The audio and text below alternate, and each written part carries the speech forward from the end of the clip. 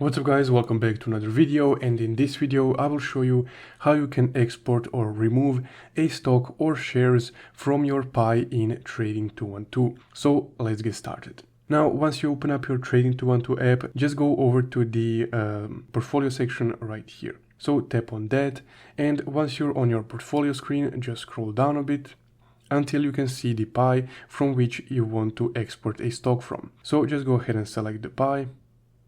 Then here you would just need to go to your holdings right here, or the Pi holdings.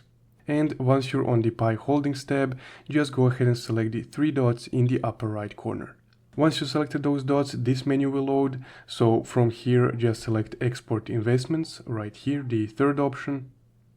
And here you will be able to select which shares you would like to export from a Pi. So I would like to export these shares of this company that I own. So I will just select that one and tap on next. Now you're offered to select the percentage of the shares that you would like to export. So I will just select 100% and tap on confirm. Now you will just need to manually rebalance the Pi. So I will just do that quickly now, just like this. So this number needs to be at 100%. And now just tap confirm.